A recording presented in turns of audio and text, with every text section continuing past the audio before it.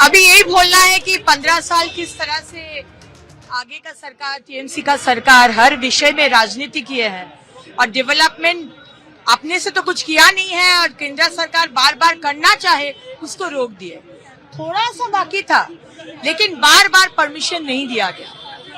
तो आज हर चीज में मेट्रो तो आज चिंगड़ी घाटा का समस्या सबको मालूम है, लेकिन हर विषय में हर सेक्टर में डेवलपमेंट होने नहीं दिए आगे वाला सरकार, सिर्फ राजनीति के।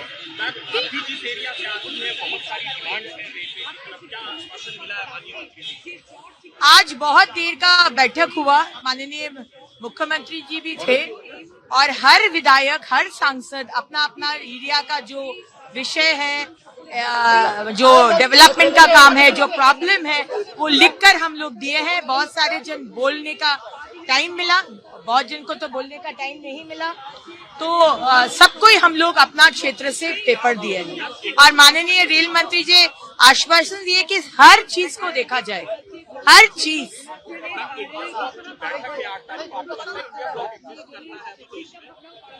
इंडिया ब्लॉक कोई फायदा होगा इस इंडिया बैठक का, क्योंकि देखा गया है कि एक जगह साथ में तो राज्य में वो अलग अलग है। देखिए, परिवारवाद राजनीतिक दल, लोकल पार्टी जो परिवार को लेकर चलता था, डायनास्टिक पॉलिटिक्स, अभी पूरा माने भारत के लोग पूरा उसको प्रत्याख्यान किए हैं। आज कांग्रेस को देखिए, आज लालू प्रसाद देखिए, आज मुलायम सिंह देखिए, आज किसी भी, अब ममता बनर्जी को देखिए। परिवारवाद, डायनास्टिक पॉलिटिक्स भारत के लोग, बंगाल के लोग को एकदम पसंद नहीं है।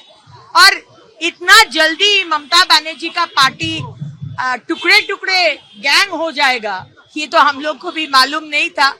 लेकिन जिस पार्टी का कोई नीति नहीं है, कोई आदर्श नहीं है, कोई दर्शन नहीं है, उसको यही होना है। एक चीज और है, जिस डिपार्टमेंट से आते हैं, देखा जा रहा है कॉर्पोरेशन के मेयर हट गए हैं, इलेक्शन होने में अभी भी टाइम है, तब तक ये इतना बड़ा कॉर्पोरेशन पूरा कोलकाता लेगा चाहिए, देखते हैं उसमें कैसे काम। बहुत मुश्किल है और हर कॉर्पोरेशन, हर यूएलबी में हम लोग को बहुत दिक्कत हो रहा है, क्योंकि सामने मॉनसून है, बारिश का मौसम है और 15 साल ममता बनर्जी का पार्टी, ममता बनर्जी का सरकार क्या काम किया है ये तो हम लोग को देखने को ही मिल रहा है। कोई पार्क नहीं, रास्ता पूरा खराब, हर जगह वाटर लॉगिंग। तो थोड़ा सा रिस्पॉन्सिबिलिटी हम लोग एक्सपेक्ट कर रहे थे। फिराद हाकिम, विधाननगर का मेयर, सोचे थे कि इसमें हम लोग थोड़ा सा नया सरकार को फॉल्स पोजीशन में डाल सकते हैं, इसीलिए मुझे लगता है ये बड़ा कॉन्स्पिरेसी है।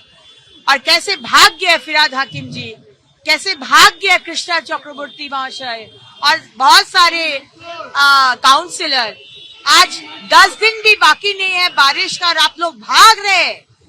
आप लोग का क्या अकाउंटेबिलिटी, क्या कमिटमेंट बंगाल के लोगों के तरफ है, ये तो बहुत सामने आ गया है। সঙ্গে আজ বৈঠক করেন মুখ্যমন্ত্রী শুভেন্দু অধিকারী বলেন যে রাজ্যে রেলে 1 লক্ষ কোটি টাকার বেশি কাজ হবে, রাজ্যে 102টি অমৃত ভারত স্টেশন হবে, 538টি আন্ডারপাস হবে, উড়ালপুল তৈরি হবে। আগের সরকার রেল মন্ত্রকের সঙ্গে কথা বলতো না, মন্তব্য করেন শুভেন্দু অধিকারী।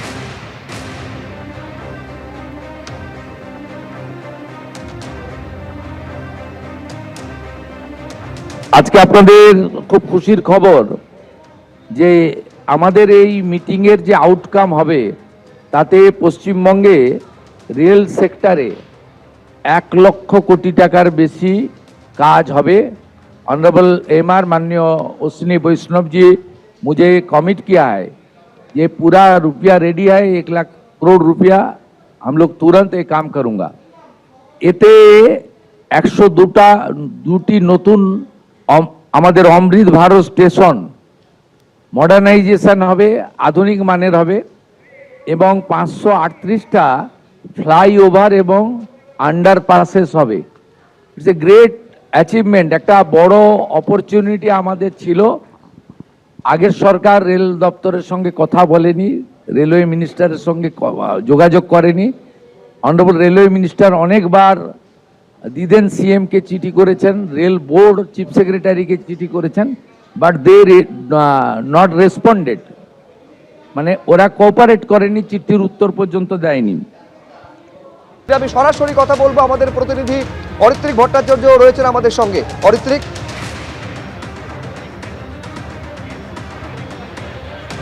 দেখুন, রেলমন্ত্রী আজকে যে কথাগুলো এখানে বললেন চিংড়িঘাটার কাজ পরিদর্শন করার পর, তার মধ্যে অবশ্যই তিনি নবান্নে যে ঘোষণাগুলো করেছিলেন সেগুলো কয়েকটা উল্লেখ করেছেন বটে।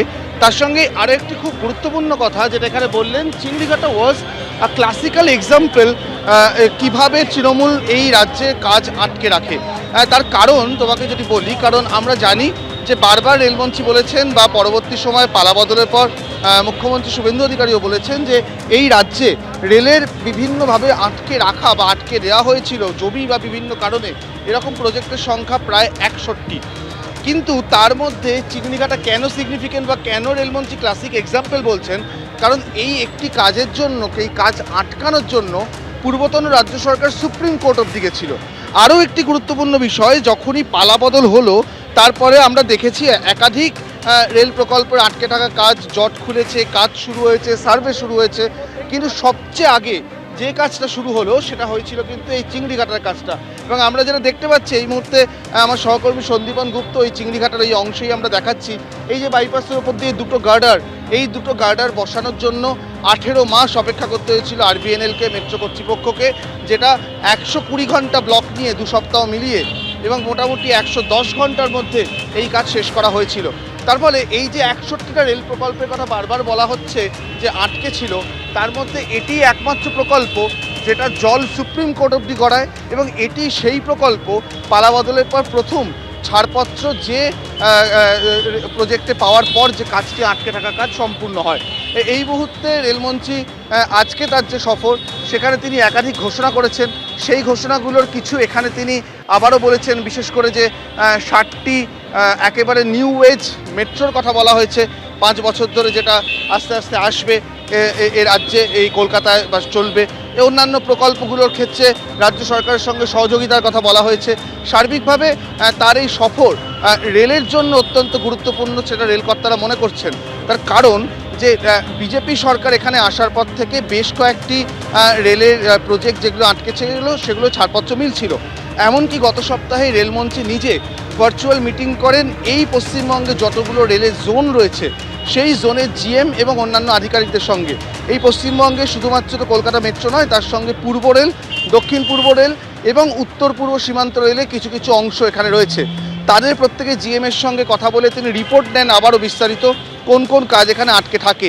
চিংড়িঘাটা তার মধ্যে গুরুত্বপূর্ণ। চিংড়িঘাটায় তিনি আজকে এসছেন, চিংড়িঘাটার এই কাজ যেটা সম্পূর্ণ হয়েছে। আমি আরও একটা বিষয় সন্দীপন গুপ্তকে দেখাতে বলবো, এই যে 317, 318, 319 এই 3টে পিলারের মধ্যে যে গার্ডারটা বসানোর পর যেহেতু কিছুটা সময় কেটে গেছে, আরও 2টো পিলারের মধ্যে গার্ডার সংযোগের কাজ কিন্তু শেষ হয়ে গিয়েছে। তুমি দেখো এখন এই বাইপাসের এক অংশে যে কাজ স্থবির হয়েছিল সেই কাজ এখন নিউ টাউনের মধ্যে ঢুকতে শুরু করেছে।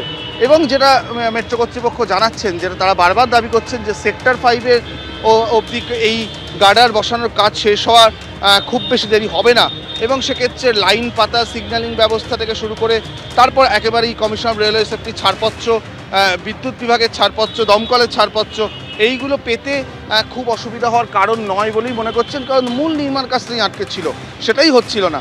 তো তারা মনে করছেন যে এবছরের শেষের মধ্যেই এই মেট্রো লাইন সেক্টর 5 অবধি যেতে পারবে। আর আমরা জানি যে গ্রিন লাইন এই মুহূর্তে সেক্টর 5 অবধি চলে হাওড়া ময়দান থেকে, অর্থাৎ 2টি আলাদা লাইনের কানেক্টিভিটির জায়গা হতে চলেছে ওই জায়গাটি, একটি রাস্তার দুপারে, মাঝখান দিয়ে সংযোগকারী রাস্তা দিয়ে।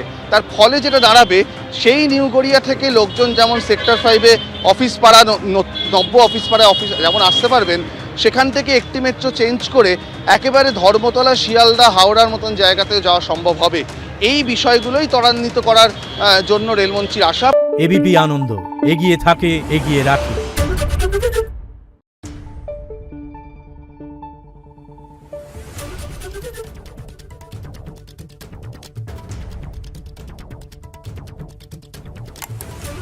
Thank you.